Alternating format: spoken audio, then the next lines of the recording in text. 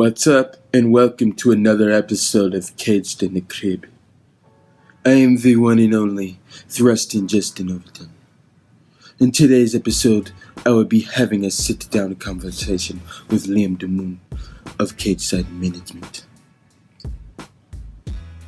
But before that, I have a brief commercial break for you.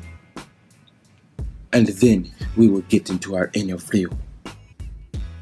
My name is Terry Van Avery, and I'm a Michigan professional fighter. When I'm not training or fighting, I like to get drunk, and I like to do it at the Y Bar and Bistro. If you don't drink at the Y Bar and Bistro, then fuck you.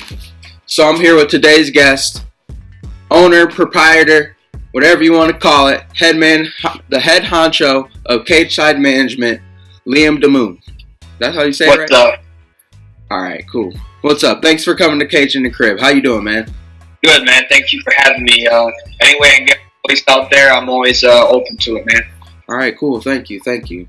So, basically, we talked about it, and you said you wanted to get on the show, so I'm just going to basically give you the reins and ask you what's up. Like, how'd you get into wanting to be, like, a manager? What's up with Cageside? How's it going?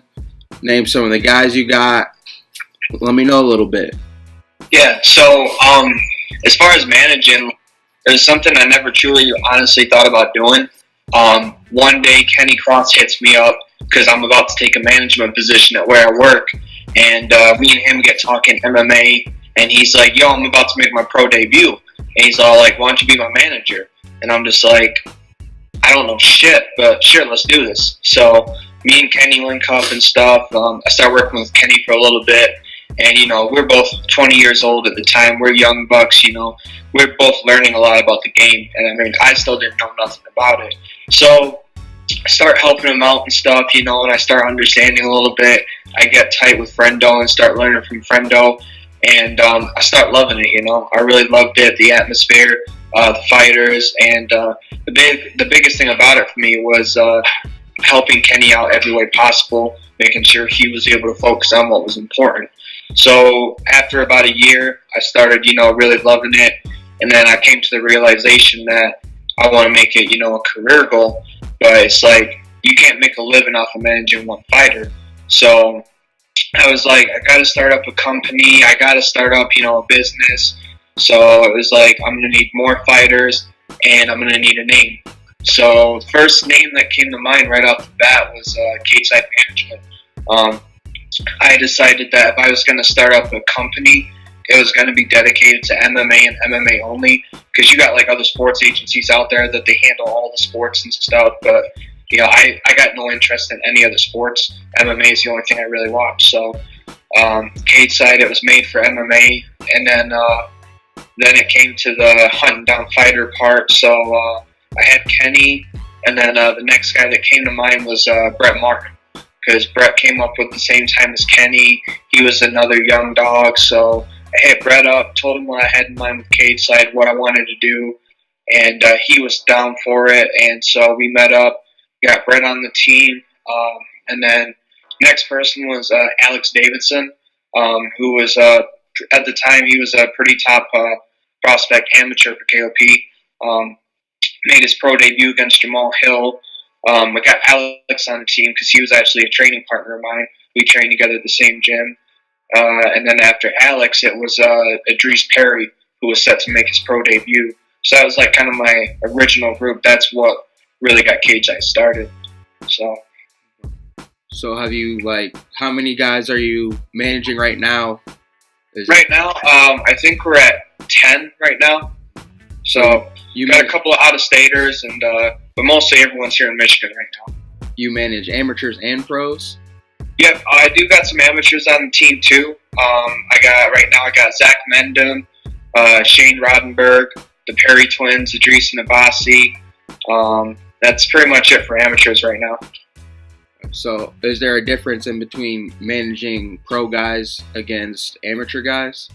I mean, definitely a difference. I mean, amateurs, they're not getting paid to fight. They're just getting started out. So, you know, it's not like they're going to get the big name sponsors, or, you know, they're not going to be getting some of the stuff that the pro guys are going to get.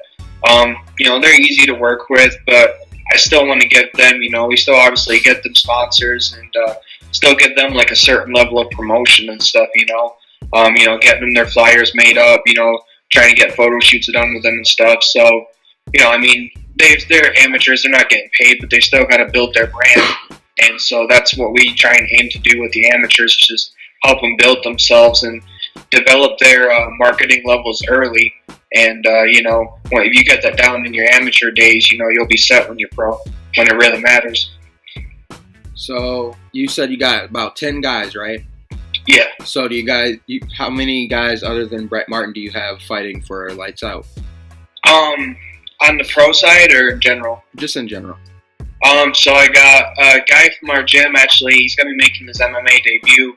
His name's Chavez Russell. He's a former Muay Thai fighter. He'll be making his debut against a guy out of MTT, making his debut. I got a Bossy Perry fighting Andrew Muskins at 145. Idris Perry versus Michael Adu for the 155 title. And then Brett Martin versus Josh Parisian.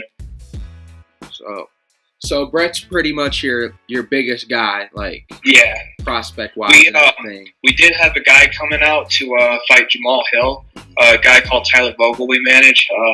He's 8-4, but I actually just got the text 2 hours ago that he apparently has a torn bicep and he's out. Oh wow, okay. So with Brett, he's kind of like a rising star and everything like that. What are some of the plans you have for him?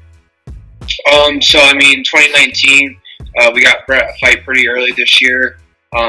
Brett's still young. He's 24 years old, but at 24 years old, already having a professional heavyweight title, being 5-1, he's pretty far ahead, I feel like, for his age and his division.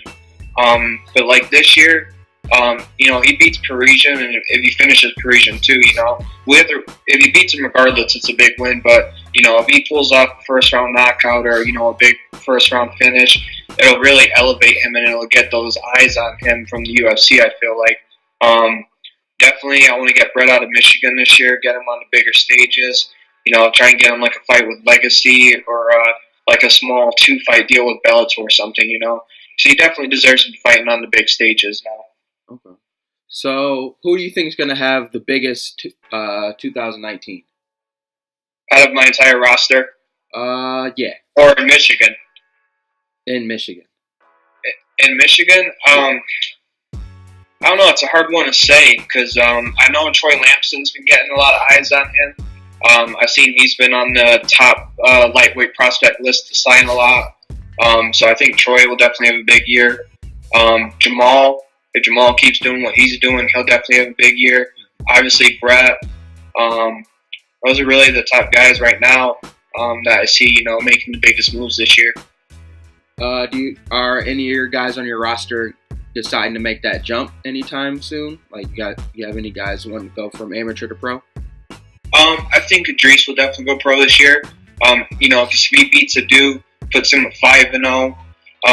The only other person left right now at 155, besides Idris and Michael, is Jesse Smitherman, who's 5-0. Jesse's fighting for TWC, so if we can get that fight set up, we'll definitely take that fight. But otherwise, after this one, Idris might go pro. So next, I got fuck one, marry one, kill one. All right.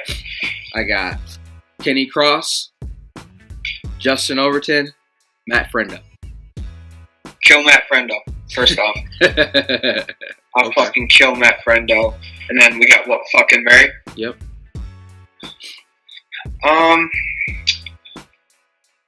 It's kind of hard. Let me see. Just because I know Kenny more, I'll marry Kenny. And, I like thick, so yeah. I got you, boo. Thick with 2 C's. Yeah. All right, so next what I'm going to do is I'm going to ask you some names, and you just shoot off however you feel about them. It could be one word, it could be a little sentence. Just tell me how you feel. All right. First name, Idris Perry. Savage. Brett Martin. Who? Brett Martin. Brett Martin. Humble. Matt Frendo.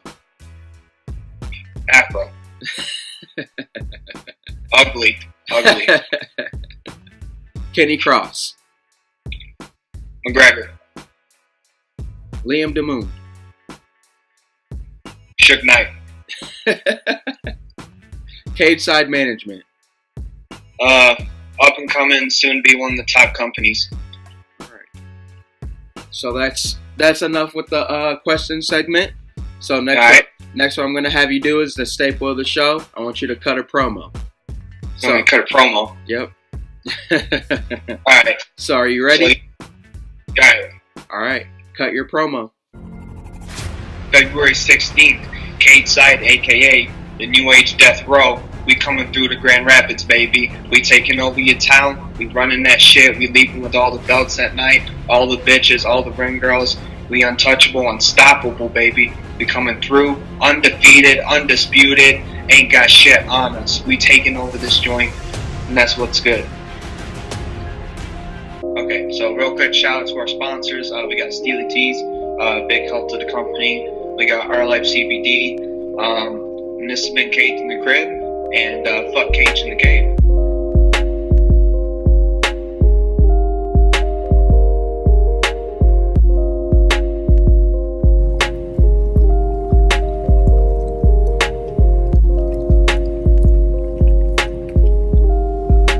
Rape is never okay. Except, now hear me out, she says no. Because I'm not just gonna not fuck her, you know?